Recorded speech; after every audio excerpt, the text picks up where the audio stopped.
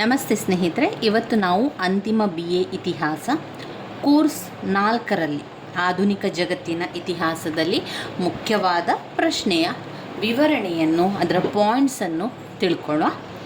ಮೊದಲಿಗೆ ಬ್ಲಾಕ್ 1ನಲ್ಲಿ ನೋಡಿದರೆ ಇದರಲ್ಲಿ ಬರುವಂತಹ ಮುಖ್ಯವಾದ ಪ್ರಶ್ನೆಗಳು ಯಾವುದು?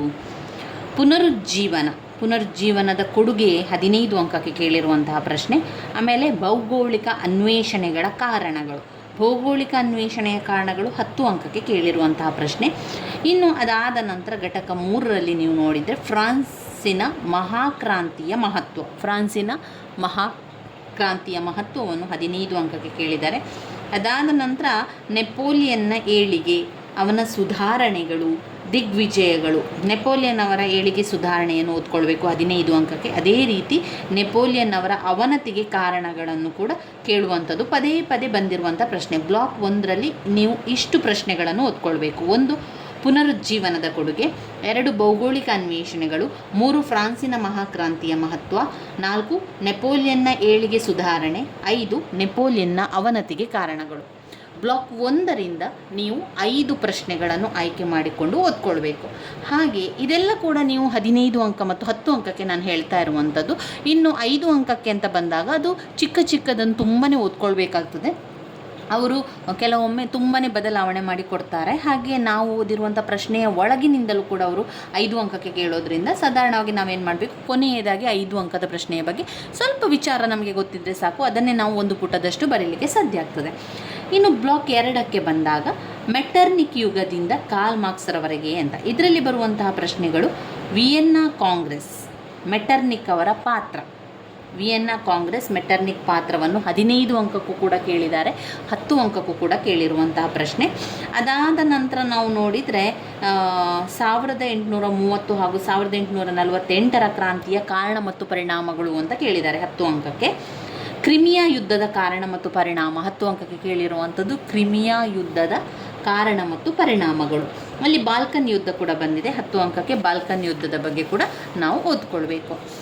ಇದಾದ ನಂತರ ನಾವು ನೋಡಬೇಕಾಗಿರುವಂತಹ ಮುಖ್ಯವಾದ ಪ್ರಶ್ನೆ ಬಂಡವಾಳಶಾಹಿತ್ವ ಬೆಳವಣಿಗೆಯ ಸಿದ್ಧಾಂತಗಳು. ಕೈಗಾರಿಕಾ ಕ್ರಾಂತಿಯಲ್ಲಿ ಬಂಡವಾಳಶಾಹಿತ್ಯ ಬೆಳವಣಿಗೆ ಸಿದ್ಧಾಂತವನ್ನು ಓದ್ಕೊಳ್ಬೇಕು. ಹಾಗೆ ಸಮಾಜವಾದದ ಸಿದ್ಧಾಂತಗಳನ್ನು ಕೂಡ ಓದ್ಕೊಳ್ಬೇಕು. ಸಮಾಜವಾದದ ಸಿದ್ಧಾಂತ ಕೂಡ ಇಂಪಾರ್ಟೆಂಟ್ ಆಗಿರುವಂಥದ್ದು. ಇವಿಷ್ಟು ಬ್ಲಾಕ್ 2ರಲ್ಲಿ ಬರುವಂಥದ್ದು. ಬ್ಲಾಕ್ 2ರಲ್ಲಿ ಓದ್ಕೊಳ್ಬೇಕಾಗಿರುವ ಪ್ರಶ್ನೆ: 1 ಮೆಟರ್ನಿಕ್ ಪಾತ್ರ, ಆಮೇಲೆ 1830ರ ಕ್ರಾಂತಿಯ ಕಾರಣ ಪರಿಣಾಮ, ಕ್ರಿಮಿಯಾ ಕಾರಣ ಪರಿಣಾಮ, ಬಾಲ್ಕನ್ ಯುದ್ಧ, ಆಮೇಲೆ ಬಂಡವಾಳಶಾಹಿತ್ವದ ಬೆಳವಣಿಗೆ, ಸಮಾಜವಾದದ ಬೆಳವಣಿಗೆಯ ಸಿದ್ಧಾಂತಗಳು 10 ಅಂಕಕ್ಕೆ ಕೇಳುವಂಥ ಪ್ರಶ್ನೆ. ಇನ್ನು ಬ್ಲಾಕ್ 3ರಲ್ಲಿ ನಾವು ನೋಡುವಂತಹ ಪ್ರಶ್ನೆ ಅಂತ ಹೇಳಿದರೆ ಇಟಲಿಯ ಏಕೀಕರಣದ ಪರಿಶೀಲನೆ, ಇಟಲಿಯ ಏಕೀಕರಣವನ್ನು ಕೇಳ್ತಾರೆ. ಹಾಗೆ ಕೆವೂರವರ ಬಗ್ಗೆ ಕೂಡ 10 ಅಂಕಕ್ಕೆ ಕೇಳ್ತಾರೆ. ಬಿಸ್ಮಾರ್ಕರವರ ರಕ್ತ ಮತ್ತು ಉಕ್ಕಿನ ನೀತಿ, ಬಿಸ್ಮಾರ್ಕ್ ಅವರ ರಕ್ತ ಮತ್ತು ಉಕ್ಕಿನ ನೀತಿ, ಜರ್ಮನಿಯ ಏಕೀಕರಣದ ಚಳುವಳಿ, ಹಾಗೆ ಬಿಸ್ಮಾರ್ಕ್ ಅವರ ರಕ್ತ ಮತ್ತು ಉಕ್ಕಿನ ರೀತಿಯ ಐಕ್ಯತೆ ಬಗ್ಗೆ. ಅದಾದ ನಂತರ ಬಾಲ್ಕನ್ ಬಿಕ್ಕಟ್ಟನ್ನು ಓದ್ಕೊಳ್ಬೇಕು. ಮೊದಲನೆಯ ಮಹಾಯುದ್ಧದ ಕಾರಣ ಮತ್ತು ಪರಿಣಾಮಗಳು ವೆರಿ ವೆರಿ ಇಂಪಾರ್ಟೆಂಟ್ ಆಗಿರುವಂಥ ಪ್ರಶ್ನೆ. ಯಾವತ್ತೂ ಅದನ್ನು ಸ್ಕಿಪ್ ಮಾಡಬೇಡಿ, ತುಂಬಾ ಸರಿಯಾಗಿ ಓದ್ಕೊಳ್ಬೇಕಾಗಿರುವಂಥ ಒಂದು ಪ್ರಶ್ನೆ. ಮೊದಲನೆಯ ಮಹಾಯುದ್ಧದ ಕಾರಣ ಮತ್ತು ಪರಿಣಾಮಗಳು. ಇದು ನೀವು ಎಲ್ಲ ಪ್ರಶ್ನೆ ಪತ್ರಿಕೆಗಳಲ್ಲೂ ಕೂಡ ಬರುವಂತಹ ಪ್ರಶ್ನೆ. ಮೊದಲನೆಯ ಮಹಾಯುದ್ಧದ ಕಾರಣ ಪರಿಣಾಮ, ಹಾಗೆ 2ನೇ ಮಹಾಯುದ್ಧದ ಕಾರಣ ಪರಿಣಾಮ ವೆರಿ ವೆರಿ ಇಂಪಾರ್ಟೆಂಟ್ ಆಗಿರುವಂಥದ್ದು. ಇನ್ನು ಬ್ಲಾಕ್ 4ರಲ್ಲಿ ನೀವು ಓದ್ಕೊಳ್ಬೇಕಾಗಿರುವಂಥದ್ದು ಸ್ಟಾಲಿನ್ ಅವರ ಆಂತರಿಕ ವಿದೇಶಾಂಗ ನೀತಿ. ಸ್ಟಾಲಿನ್ ಅವರ ಆಂತರಿಕ ವಿದೇಶಾಂಗ ನೀತಿ 15 ಅಂಕಕ್ಕೆ ಕೇಳುತ್ತಾರೆ. ಆಮೇಲೆ ಅದರಲ್ಲಿ 2ನೇ ಮಹಾಯುದ್ಧದ ಕಾರಣ ಮತ್ತು ಪರಿಣಾಮವನ್ನು ಕೂಡ ನೀವು ಓದ್ಕೊಳ್ಬೇಕು. ವಿಶ್ವಸಂಸ್ಥೆಯ ಸಾಧನೆಯ ಬಗ್ಗೆ ಗೊತ್ತಿರಬೇಕು. ವಿಶ್ವಸಂಸ್ಥೆಯ ಸ್ಥಾಪನೆ, ರಚನೆ, ಸಾಧನೆಯ ಬಗ್ಗೆ ಗೊತ್ತಿರಲಿ. ಅದಾದ ನಂತರ ಶೀತಲ ಸಮರದ ಹಂತಗಳು ಅಥವಾ ಶೀತಲ ಸಮರ ಶಕ್ತಿ ಬಣಗಳ ಹಂತಗಳಾಗಿರುವಂಥದ್ದು. 2ನೇ ಮಹಾಯುದ್ಧದ ಆರಂಭದಲ್ಲಿ ಬೆನಿಟೋ ಮುಸೋಲಿನಿ ಅವರು ಎಷ್ಟರ ಮಟ್ಟಿಗೆ ಕಾರಣಕರ್ತರಾಗಿದ್ದಾರೆ ಅಂತ 15 ಅಂಕಕ್ಕೆ ಕೇಳಿದ್ದಾರೆ. ಇವಿಷ್ಟು ಬ್ಲಾಕ್ 4ರಲ್ಲಿ ನೀವು ನೋಡ್ಕೊಳ್ಬೇಕಾಗಿರುವಂತಹ ಪ್ರಶ್ನೆಗಳು. ತುಂಬಾ ಮುಖ್ಯವಾಗಿರುವಂತಹ ಪ್ರಶ್ನೆಗಳು ಬ್ಲಾಕ್ 1, 2, 3, 4ರಲ್ಲಿ ಓದಬೇಕಾಗಿರುವಂತಹ ಮುಖ್ಯವಾದ ಪ್ರಶ್ನೆಗಳು ಇವಿಷ್ಟು ನಿಮಗೆ ಗೊತ್ತಿರಬೇಕು. ಇದನ್ನು ನೀವು ಮೊದಲಿಗೆ ಗುರುತು ಹಾಕ್ಕೊಳ್ಳಿ. ಇವಾಗ ನಿಮ್ಮಲ್ಲಿ ಯಾರ ಹತ್ರ ಎಲ್ಲ ಪುಸ್ತಕಗಳಿದೆ ಅವರೆಲ್ಲ ಏನು ಮಾಡಿ, ನೀವು ಮೊದಲಿಗೆ ಈ ರೀತಿಯಾಗಿ ಗುರುತನ್ನು ಹಾಕ್ಕೊಳ್ಬೇಕು. ಯಾವುದನ್ನು ಓದ್ಕೊಳ್ಬೇಕು, ನಾನು ಯಾವ ಪ್ರಶ್ನೆ ಇಂಪಾರ್ಟೆಂಟ್ ಇದೆ, ಯಾವ ಪ್ರಶ್ನೆ ಯಾವ ಅಂಕಕ್ಕೆ ಕೊಟ್ಟಿದ್ದಾರೆ ಎನ್ನುವಂಥದ್ದನ್ನು ಗುರುತನ್ನು ಹಾಕ್ಕೊಳ್ಳಿ ನಿಮ್ಮಲ್ಲಿ ಪುಸ್ತಕಗಳಿದ್ದರೆ. ಒಂದು ವೇಳೆ ನಿಮ್ಮಲ್ಲಿ ಪುಸ್ತಕಗಳು ಇಲ್ಲ ಅಂತಾದರೆ ಒಂದು ಪಾಯಿಂಟ್ಸ್ ಬುಕ್ ಅಂತ ಮಾಡ್ಕೊಳ್ಳಿ. ಅದರಲ್ಲಿ ಹಾಕಿ ತೃತೀಯ BA ಇತಿಹಾಸ ಕೋರ್ಸ್ 4 ಅಂತ ಬರೆದು ಅದರಲ್ಲಿ ಮುಖ್ಯವಾದ ಪ್ರಶ್ನೆಗಳು ನಾನೀಗ ಯಾವುದನ್ನೆಲ್ಲ ಹೇಳಿದ್ದೇನೆ ಅದನ್ನೊಮ್ಮೆ ಬರ್ಕೊಳ್ಳಿ. ಇವಾಗ ಮುಂದಿನ ವರ್ಷಕ್ಕೆ ನೀವು 3rd ಇಯರ್ ಬರಿತಾ ಇದ್ದೀರಿ ಅಂತಾದರೆ ಈ ವರ್ಷದಿಂದ ಅಂದರೆ ಈಗಿನಿಂದಲೇ ನೀವು ತಯಾರಿಯನ್ನು ಆರಂಭಿಸ್ಬೋದು. ಹೇಗೆ ತಯಾರಿಯನ್ನು ಆರಂಭಿಸೋದು ಅಂತ ಹೇಳಿದರೆ, ಒಂದು ಪಾಯಿಂಟ್ಸ್ ಬುಕ್ ಅಂತ ಮಾಡ್ಕೊಳ್ಳಿ. ಅದರಲ್ಲಿ ಹಾಗೆ ಹಾಕಿ ಇತಿಹಾಸ 3rd ಇಯರ್ ಕೋರ್ಸ್ 4 ಅಂತ ಹಾಕಿ, ನಂತರ ನೀವು ಈ ಒಂದು ಪ್ರಶ್ನೆಗಳು ಯಾವುದಿದೆ ಅದನ್ನು ಬರ್ಕೊಳ್ಳಿ. ಇಂಪಾರ್ಟೆಂಟ್ ಆಗಿರುವಂಥ ಪ್ರಶ್ನೆಗಳನ್ನಷ್ಟೇ ಓದಿದರೆ ಸಾಕು. ನಂತರ 5 ಅಂಕದ ಪ್ರಶ್ನೆಗಳೆಲ್ಲ ಇವೆ, ಅದನ್ನು ನಂತರ ಕೊನೆಯದಾಗಿ ಓದ್ಕೊಳ್ಬೇಕು. ಯಾವಾಗಲೂ ನಾವು ಓದ್ಕೊಳ್ಬೇಕಾದ್ರೆ ಮೊದಲಿಗೆ 15 ಅಂಕದ ಪ್ರಶ್ನೆಗಳ ಉತ್ತರವನ್ನು ಕಲಿತುಕೊಳ್ಬೇಕು. ಯಾಕಂದರೆ ಅದು ತುಂಬಾ ಈಗ 4ರಿಂದ 5 ಪುಟದಷ್ಟು ಬರೀಲಿಕ್ಕಿದೆ. ಹಾಗೆ ಅಂಕಗಳು ಕೂಡ ಹೆಚ್ಚಿರೋದ್ರಿಂದ ನಾವು 15 ಅಂಕದಿಂದಲೇ ಆರಂಭ ಮಾಡಿದರೆ ತುಂಬಾ ಒಳ್ಳೆಯದು. ಇನ್ನು ಇದರಲ್ಲಿ ನೋಡಿದರೆ ಕೋರ್ಸ್ 4ರಲ್ಲಿ ತುಂಬಾ ವಿಷಯಗಳಿದೆ, ತುಂಬಾ ಓದಲಿಕ್ಕಿದೆ. ತಕ್ಷಣವೀಗ ಪರೀಕ್ಷೆ ಹಿಂದಿನ ದಿವಸ ನಾನು ಹೋಗಿ ಬರಿತೇನೆ ಅಂತ ನೀವು ಅಂದ್ಕೊಂಡ್ರೆ ತುಂಬಾ ಕಷ್ಟ ಆಗ್ತದೆ. ಬರಿಬೋದು, ಏನೂ ತೊಂದರೆ ಇಲ್ಲ. ನೀವು ಬೇಗ ಬೇಗ ಅರ್ಥ ಮಾಡ್ಕೊಳ್ತೀರಾ, ನಿಮ್ಮದೇ ಸ್ವಂತ ವಾಕ್ಯದಲ್ಲಿ ಎಲ್ಲವನ್ನು ಬರಿತೀರಾ ಅಂತ ಇದ್ದವರು ಖಂಡಿತವಾಗಿ ಹಿಂದಿನ ದಿವಸವನ್ನು ಓದ್ಕೊಳ್ಬೋದು. ಆದರೆ ಮೊದಲೇ ಅಂದರೆ ಈಗ ಮುಂದಿನ ವರ್ಷ ಪರೀಕ್ಷೆ ಇದೆ ಅಥವಾ ಏಪ್ರಿಲ್ ಮೇಯ ಪರೀಕ್ಷೆ ಇದೆ, ಏಪ್ರಿಲ್ ಮೇಯಲ್ಲಿ ಈ ಪರೀಕ್ಷೆಗಳು ಇದೆ ಅಂತಾದರೆ ಇವತ್ತಿನಿಂದಲೇ ತಯಾರಿಯನ್ನು ಮಾಡಿಕೊಳ್ಳಿ. ಇವತ್ತಿನಿಂದಲೇ ತಯಾರಿಯನ್ನು ಮಾಡಿಕೊಂಡ್ರೆ ತುಂಬಾ ನಿಮಗೆ ಅನುಕೂಲ ಆಗ್ತದೆ. ಏನು ಅಂದರೆ ಪ್ರತಿ ದಿವಸ 1 ಗಂಟೆಗಳ ಕಾಲ ನೀವು ಓದಿದರೆ ಖಂಡಿತವಾಗಿಯೂ ಕೂಡ ಸಾಕಾಗ್ತದೆ. 1 ಗಂಟೆಗಳ ಹೊತ್ತಲ್ಲಿ ನೀವು ಓದುವಂಥದ್ದು ನಿಮಗೆ ಅಷ್ಟು ಕೂಡ ತುಂಬಾ ಇಂಪಾರ್ಟೆಂಟ್ ಆಗಿರ್ತದೆ. ಪಾಯಿಂಟ್ಸ್ಗಳನ್ನು ಕಲೀರಿ, ಪಾಯಿಂಟ್ಸ್ನೊಳಗಿರುವಂಥ ವಿಚಾರವನ್ನು ನೋಡಿಕೊಳ್ಳಿ. ಹಾಗೆ ಮಾಡ್ತಾ ಹೋದರೆ 2-3 ಬಾರಿ ನಿಮ್ಮ ರಿವಿಷನ್ ಮಾಡಿದ ರೀತಿಯಲ್ಲಿ ಆಗ್ತದೆ. ಈಗ ಮೊದಲಿಗೆ ಆರಂಭವನ್ನು ಮಾಡಿ, ನಂತರ ಪರೀಕ್ಷೆಗೆ 1 ತಿಂಗಳು ಮೊದಲು ಕೂಡ ಅದೇ ರೀತಿಯಾಗಿ ಓದ್ತಾ ಇದ್ದರೆ ಪರೀಕ್ಷೆಗೆ ಹಿಂದಿನ ದಿವಸ ನಾವು ಓದಬೇಕಾದ್ರೆ ಎಲ್ಲ ಕೂಡ ನಮಗೆ ಪಾಯಿಂಟ್ಸ್ಗಳು ಬಾಯಿಗೆ ಬರ್ತದೆ. ಅಂದರೆ ಆ ಪಾಯಿಂಟ್ಸ್ಗಳೆಲ್ಲ ಬೇಗ ಬೇಗ ನಮಗೆ ಬರ್ತದೆ. ಹಾಗೆ ಕಲೀಲಿಕ್ಕೂ ಕೂಡ ತುಂಬಾ ಸುಲಭ ಆಗ್ತದೆ, ನೆನಪಲ್ಲಿ ಕೂಡ ಉಳಿತದೆ. ತುಂಬ ಜನರ ಪ್ರಶ್ನೆ ಇತ್ತು, ಈಗ ಓದಿದರೆ ನೆನಪಲ್ಲಿ ಉಳಿಯೋದಿಲ್ಲ, ಎಷ್ಟೋ ವರ್ಷದ ನಂತರ ಓದ್ತಾ ಇದ್ದೇನೆ, 10-15 ವರ್ಷದ ನಂತರ ಪುನಃ ನಾನು ಪದವಿಯನ್ನು ಮಾಡ್ತಾ ಇದ್ದೇನೆ, ಅದರಿಂದ ಓದಲಿಕ್ಕೂ ಕೂಡ ಮನಸ್ಸಿಲ್ಲ, ಓದಲಿಕ್ಕೂ ಕೂಡ ಕಷ್ಟ ಆಗ್ತದೆ, ಓದಿದ್ದು ಕೂಡ ನೆನಪಲ್ಲಿ ಇರುವುದಿಲ್ಲ, ಪುಸ್ತಕವನ್ನು ಮುಟ್ಟಿದರೆ ಅಯ್ಯೋ ಬೇಡ ಅಂತ ಅನಿಸುವಂಥದ್ದು, ಇಷ್ಟೆಲ್ಲ ಹೇಗೆ ಓದೋದು ಅಂತ ಅನಿಸುವಂಥದ್ದು, ಇದೆಲ್ಲ ಪ್ರತಿಯೊಬ್ಬರಿಗೂ ಕೂಡ ಆಗ್ತದೆ. ಆದರೆ ನಾವೇನು ಮಾಡಬೇಕು ಅಂತ ಹೇಳಿದರೆ, ಆರಂಭದಲ್ಲಿ ನೀವೇನು ಮಾಡಬೇಡಿ, ಪುಸ್ತಕವನ್ನು ತಗೊಳ್ಳಿ. ಪುಸ್ತಕವನ್ನು ತಗೊಂಡು ಅದು ಮೊದಲು ನೀವು ಯೋಚನೆ ಮಾಡಿ, ಇಲ್ಲ ನಾನು ಏನಾದರೂ ಒಂದು ಸಾಧನೆ ಮಾಡಲೇಬೇಕು, ನನ್ನ ಕಾಲ ಮೇಲೆ ನಾನು ನಿಂತ್ಕೊಳ್ಬೇಕು, ನಾನು ಸಾಧನೆ ಮಾಡಬೇಕು, ನಾನು ಪದವಿಯನ್ನು ಮಾಡಬೇಕು, ಖಂಡಿತವಾಗಿಯೂ ನನ್ನಿಂದ ಸಾಧ್ಯ, ನಾನಿದನ್ನು ಮಾಡಿಯೇ ಮಾಡ್ತೇನೆ ಎನ್ನುವಂತಹ ನಂಬಿಕೆ ನಿಮ್ಮಲ್ಲಿರಬೇಕು. ನಿಮ್ಮ ಮನಸ್ಸಿಗೆ ನೀವು ಹೇಳ್ಕೊಳ್ಬೇಕು. ಯಾಕಂದರೆ ಯೂನಿವರ್ಸ್ ಯಾವಾಗೂ ಅಲ್ಲಿ ಅದು ಕೇಳ್ತಾನೆ ಇರ್ತದೆ. ನಾವು ಅದಕ್ಕೆ ಪ್ರತಿ ಕ್ಷಣ ಕೂಡ ಒಳ್ಳೆಯದನ್ನೇ ಮಾತನಾಡ್ತಾ ಹೋಗಬೇಕು. ಯೂನಿವರ್ಸ್ ನಮ್ಮ ಮಾತುಗಳನ್ನದು ಕೇಳ್ತಾ ಇರೋದ್ರಿಂದ ಅದು ಎಲ್ಲದಕ್ಕೂ ಅಸ್ತು ಅಂತ ಹೇಳ್ತಾ ಇರ್ತದೆ, ಆಯಿತು ಅಂತ. ಅದಕ್ಕೋಸ್ಕರ ನಾವು ಹೇಳಬೇಕು, ಇಲ್ಲ ನನಗೆ ಎಲ್ಲವೂ ಸಾಧ್ಯ, ನಾನು ಎಲ್ಲವನ್ನೂ ಕೂಡ ಮಾಡ್ತೇನೆ, ನಾನು ಪದವಿಯನ್ನು ಪಡಿತೇನೆ, ಏನಾದರೂ ಒಂದು ಸಾಧನೆ ನನ್ನಿಂದ ಸಾಧ್ಯ ಇದೆ ಎನ್ನುವಂಥದ್ದನ್ನು ಹೇಳ್ತಾ ಇರಿ. ನಿಮಗೆ ನೀವು ಸಪೋರ್ಟ್ ಮಾಡಬೇಕು, ನಿಮಗೆ ನೀವು ಪ್ರೋತ್ಸಾಹವನ್ನು ಕೊಡಬೇಕು. ಆಗ ಏನು ಕೂಡ ತೊಂದರೆ ಆಗೋದಿಲ್ಲ, ಏನು ಕೂಡ ಉದಾಸೀನ ಆಗೋದಿಲ್ಲ, ಓದಲಿಕ್ಕೆ ಒಂದು ಆಸಕ್ತಿ ಬರ್ತದೆ. ಆರಂಭದಿಂದಲೇ ಎಲ್ಲವನ್ನು ಓದಬೇಕು ಅಂತ ನಾನು ಹೇಳೋದಲ್ಲ. ಆರಂಭದಲ್ಲಿ ಏನು ಮಾಡಬೇಕು ಅಂತ ಹೇಳಿದರೆ, ಗುರುತನ್ನು ಹಾಕ್ಕೊಳ್ಳಿ ನಿಮ್ಮ ಪುಸ್ತಕಗಳಲ್ಲಿ. ಈಗ 3rd ಇಯರಿಗೆ ಇನ್ನು ಮುಂದಿನ ವರ್ಷ ಬರುವವರಿಗೆ ಈಗಲೇ ಪುಸ್ತಕಗಳು ಸಿಗುವುದಿಲ್ಲ, ಅದು ಮುಂದಿನ ವರ್ಷದ ಒಂದು ಅಕಾಡೆಮಿಕ್ ಇಯರಿನಿಂದ ಪುಸ್ತಕಗಳು ಸಿಗುವಂಥದ್ದು. ಆದರೆ ಪಾಯಿಂಟ್ಸನ್ನು ಮಾಡ್ಕೊಳ್ಬೋದು. ಈಗ ನಾನು ಮಾಡಿರುವಂಥ ವಿಡಿಯೋವನ್ನು ನೋಡಿ ಅದರಲ್ಲಿ ಬಂದಿರುವಂಥ ಪ್ರಶ್ನೆಗಳು ನಾನು ಹೇಳಿದ್ದೇನಲ್ವ, ಆ ಪ್ರಶ್ನೆಗಳನ್ನು ನಿಮ್ಮ ಪಾಯಿಂಟ್ಸ್ ಬುಕ್ಕಲ್ಲಿ ಬರ್ಕೊಳ್ಬೋದಲ್ವ. ಆ ರೀತಿಯ ಕೆಲಸಗಳನ್ನು ಮಾಡ್ಬೋದು. ಇನ್ನು ಬೇಡ, ಬರೀಲಿಕ್ಕೆ ಆಸಕ್ತಿ ಇಲ್ಲ, ಬರೀಲಿಕ್ಕೆ ಸಮಯ ಕೂಡ ಇಲ್ಲ ಅಂತಾದರೆ ವಿಡಿಯೋಗಳನ್ನು ಕೇಳ್ಕೊಳ್ಳಿ. ನಾನು ಏನು ಹೇಳ್ತೇನೆ ಅದನ್ನು ಕೇಳ್ಕೊಳ್ಳಿ. ಕೇಳಿ ನಿಮ್ಮ ಮನಸ್ಸೊಳಗೆ ಆ ಕೆಲವೊಂದು ವಿಚಾರಗಳು ಅಲ್ಲಿ ಫೀಡ್ ಆಗ್ತದೆ.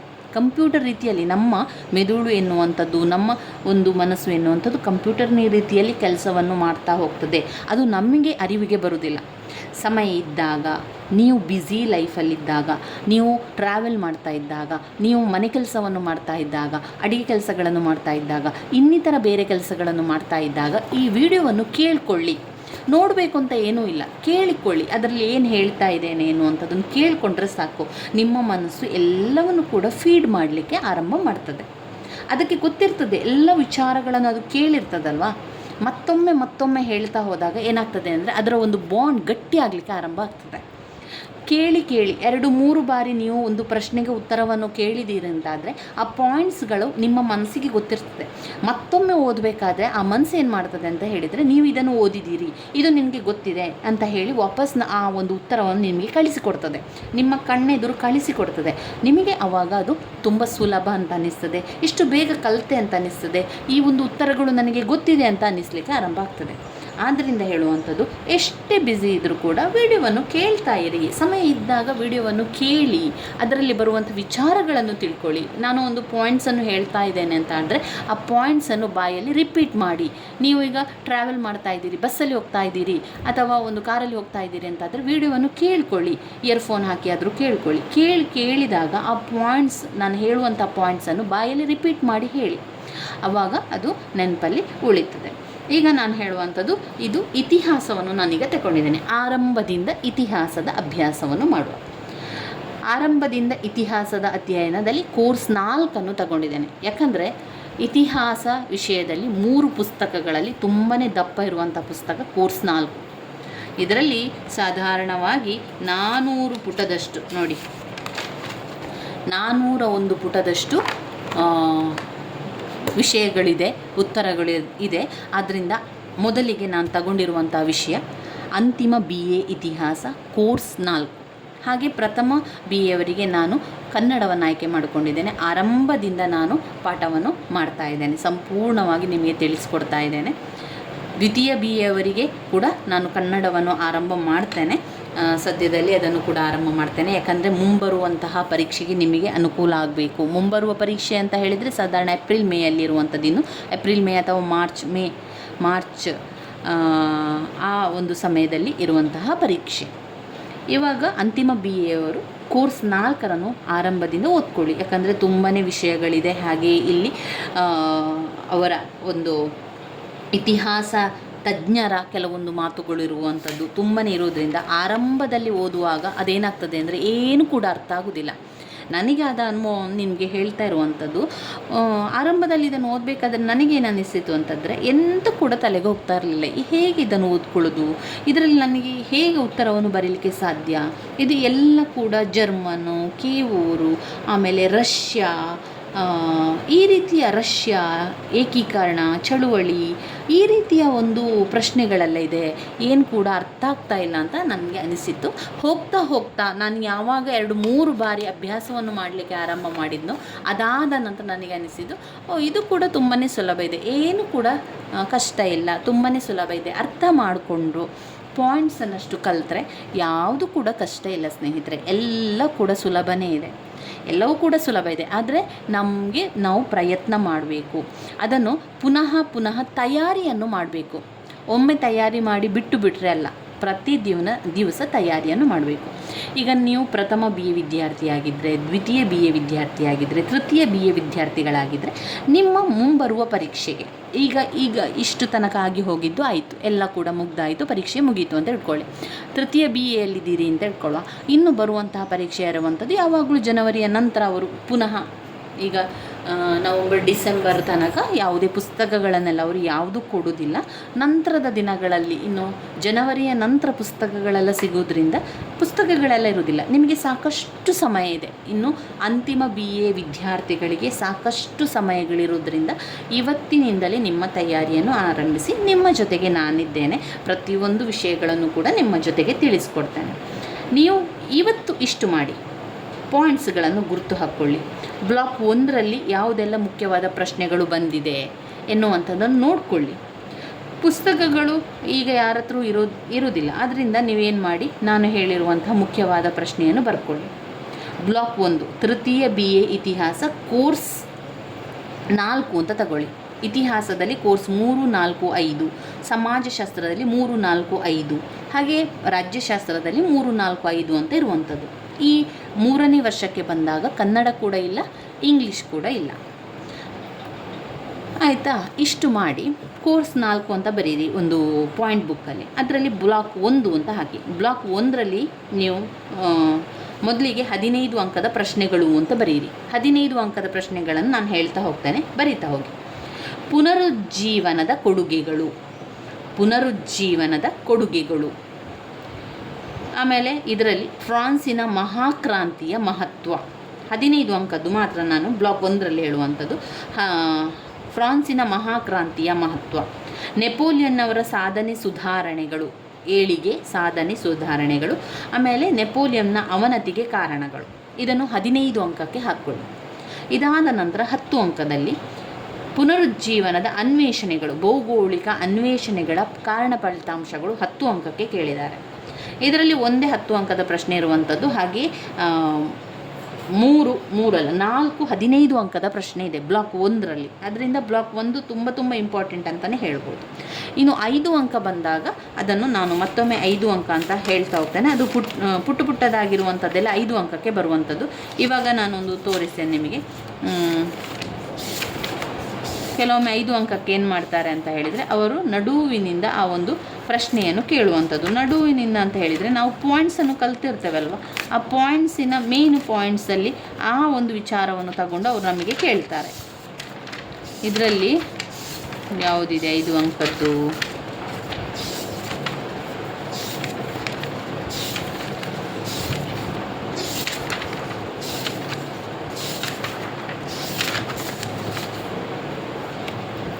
ನೋಡಿ, 5 ಅಂಕದ್ದು ಅಂತ ಬಂದಾಗ ಇಲ್ಲಿ ಬರ್ಕೊಂಡಿದ್ದೇನೆ. 5 ಅಂಕದ್ದು 16ನೇ ಲೂಯಿ, ಕಾರ್ಲ್ಸ್ಬಾದ್ ಕಾಯ್ದೆ, 2ನೇ ಕೈಸರ್ ವಿಲಿಯಂ, 3ನೇ ನೆಪೋಲಿಯನ್, ಸೂಯೇಜ್ ಕಾಲುವೆ ಸಮಸ್ಯೆ, ಮಾರ್ಷಲ್ ಯೋಜನೆ. ಅದು ನಾವು ಹುಡುಕಬೇಕಾಗ್ತದೆ. ಹೇಗೆ ಹುಡುಕಬೇಕು ಅಂತ ಹೇಳಿದರೆ, ಈ ರೀತಿಯ ಪಾಯಿಂಟ್ಸ್ ಕೊಡ್ತಾರಲ್ಲ, ಆ ಪಾಯಿಂಟ್ಸ್ನ ಒಳಗಡೆ ಆ ಒಂದು ವಿಚಾರಗಳಿರ್ತದೆ. ಈಗ ಪಾಯಿಂಟ್ಸ್ನ ಒಳಗೆ ಈಗ ಇಲ್ಲಿ ಒಂದು ಪೆಟ್ರಾರ್ಕ್ ಅಂತ ಕೊಟ್ಟಿದ್ದಾರೆ. ಪೆಟ್ರಾರ್ಕ್ನ ಬಗ್ಗೆ ಬರೀರಿ ಅಂತ 5 ಅಂಕಕ್ಕೆ ಕೊಡ್ಬೋದು. ಆದ್ದರಿಂದ ನಾವು ಪಾಯಿಂಟ್ಸನ್ನು ಕಲಿತೇವಲ್ಲ, ಆ ಪಾಯಿಂಟ್ಸ್ನ ಕಲಿಬೇಕಾದ್ರೆ ಸ್ವಲ್ಪ ವಿವರಣೆಯನ್ನು ಕೂಡ ಗೊತ್ತಿದ್ದರೆ ನಮಗೆ 5 ಅಂಕಕ್ಕೆ ಬರೀಲಿಕ್ಕೆ ಸಾಧ್ಯ ಆಗ್ತದೆ. ಇಲ್ಲಿ ಇವಿಷ್ಟು ಆಯಿತು. ನಂತರ ಬ್ಲಾಕ್ 2ರಲ್ಲಿ ನಾವು ನೋಡಿದರೆ ವಿಯೆನ್ನಾ ಕಾಂಗ್ರೆಸ್ ಮೆಟರ್ನಿಕ್ ಯುಗವನ್ನು 15 ಅಂಕಕ್ಕೆ ಹಾಕಿ. ಮೆಟರ್ನಿಕ್ ಪಾತ್ರ. ಆಮೇಲೆ 1848ರ ಕ್ರಾಂತಿಯ ಕಾರಣ ಮತ್ತು ಪರಿಣಾಮಗಳನ್ನು 10 ಅಂಕಕ್ಕೆ ಹಾಕಿ. ಕ್ರಿಮಿಯಾ ಕದನದ ಕಾರಣ ಮತ್ತು ಪರಿಣಾಮಗಳು 10 ಅಂಕಕ್ಕೆ. ಬಾಲ್ಕನ್ ಯುದ್ಧವನ್ನು 10 ಅಂಕಕ್ಕೆ. ಬ್ಲಾಕ್ 2ರಲ್ಲಿ ಹೆಚ್ಚು 10 ಅಂಕಕ್ಕೆ ಕೊಟ್ಟಿದ್ದಾರೆ. 15 ಅಂಕಕ್ಕೆ ಇದೆ ನೋಡಿ, ಬಂಡವಾಳ ಸಾಹಿತ್ಯದ ಬೆಳವಣಿಗೆಯ ಸಿದ್ಧಾಂತ. 15 ಅಂಕಕ್ಕೆ ಹಾಕಿ. ಆಮೇಲೆ ಸಮಾಜವಾದದ ಬೆಳವಣಿಗೆಯ ಸಿದ್ಧಾಂತಗಳು 10 ಅಂಕಕ್ಕೆ. ಇನ್ನು ಬ್ಲಾಕ್ 3ರಲ್ಲಿ ನಾವು ನೋಡಿದರೆ ಇಲ್ಲಿ ಕೂಡ 10 ಅಂಕಕ್ಕೆ ಹೆಚ್ಚಿದೆ. 15 ಅಂಕಕ್ಕಿದೆ. ಅದು ಮೊದಲನೆಯ ಮಹಾಯುದ್ಧದ ಕಾರಣ ಮತ್ತು ಪರಿಣಾಮಗಳು 15 ಅಂಕಕ್ಕಿದೆ. ಬಾಲ್ಕನ್ ಬಿಕ್ಕಟ್ಟು 10 ಅಂಕಕ್ಕೆ. ಹಾಗೆ ಜರ್ಮನಿ ಏಕೀಕರಣ 10 ಅಂಕಕ್ಕೆ. ಬಿಸ್ಮಾರ್ಕ್ ಅವರ ರಕ್ತ ಮತ್ತು ಉಕ್ಕಿನ ನೀತಿ 10 ಅಂಕಕ್ಕೆ. ಇಟಲಿಯ ಏಕೀಕರಣದ ಪರಿಶೀಲನೆ 10 ಅಂಕಕ್ಕೆ. ಕೇಯೂರ್ನ ಬಗ್ಗೆ 10 ಅಂಕಕ್ಕೆ ಕೇಳಿದ್ದಾರೆ. ಇನ್ನು ಬ್ಲಾಕ್ 4ರಲ್ಲಿ ನೋಡಿದರೆ ಇಲ್ಲಿ ಕೂಡ 15 ಅಂಕದ ಪ್ರಶ್ನೆ ಕಡಿಮೆ ಇದೆ. 2ನೇ ಮಹಾಯುದ್ಧದ ಕಾರಣ ಮತ್ತು ಪರಿಣಾಮಗಳು 15 ಅಂಕಕ್ಕೆ. ಶೀತಲ ಸಮರ ಶಕ್ತಿ ಬಣದಗಳ ಬಗ್ಗೆ 15 ಅಂಕಕ್ಕೆ. ಆಮೇಲೆ ರಷ್ಯಾದ ಸ್ಟಾಲಿನ್ ಅವರ ಆಂತರಿಕ ವಿದೇಶಾಂಗ ನೀತಿ 15 ಅಂಕಕ್ಕೆ. 10 ಅಂಕಕ್ಕೆ ನೋಡಿದರೆ ವಿಶ್ವಸಂಸ್ಥೆಯ ಸ್ಥಾಪನೆಯ ರಚನೆ ಮತ್ತು ಸಾಧನೆಗಳು. 10 ಅಂಕಕ್ಕೆ ಕೇಳಿರುವಂಥ ಪ್ರಶ್ನೆ. ಇವಿಷ್ಟು ವಿಚಾರಗಳು ನೀವು ಈಗ ಮೊದಲಿಗೆ ಮಾಡಬೇಕಾಗಿರುವಂಥ ಕೆಲಸ. ಇವಿಷ್ಟನ್ನು ನೀವು ಮಾಡಿಕೊಳ್ಳಿ. ಅಂತಿಮ BA ಇತಿಹಾಸ ಕೋರ್ಸ್ 4 ಮುಂದಿನ ವಿಡಿಯೋದಲ್ಲಿ ನಾವು ಪಾಠಗಳನ್ನು ಆರಂಭ ಮಾಡ್ತಾ ಹೋಗುವ, ಎಲ್ಲ ವಿಚಾರಗಳನ್ನು ತಿಳ್ಕೊಳ್ತಾ ಹೋಗುವ ಸ್ನೇಹಿತರೆ. ನನ್ನ ವೀಡಿಯೋಸ್ ಎಲ್ಲ ನಿಮಗೆ ಇಷ್ಟ ಆಗಿದ್ದರೆ ಲೈಕ್ ಕೊಡಿ, ಶೇರ್ ಮಾಡಿ, ಸಬ್ಸ್ಕ್ರೈಬ್ ಮಾಡಲಿಕ್ಕೆ ಮರಿಬೇಡಿ. ಧನ್ಯವಾದಗಳು.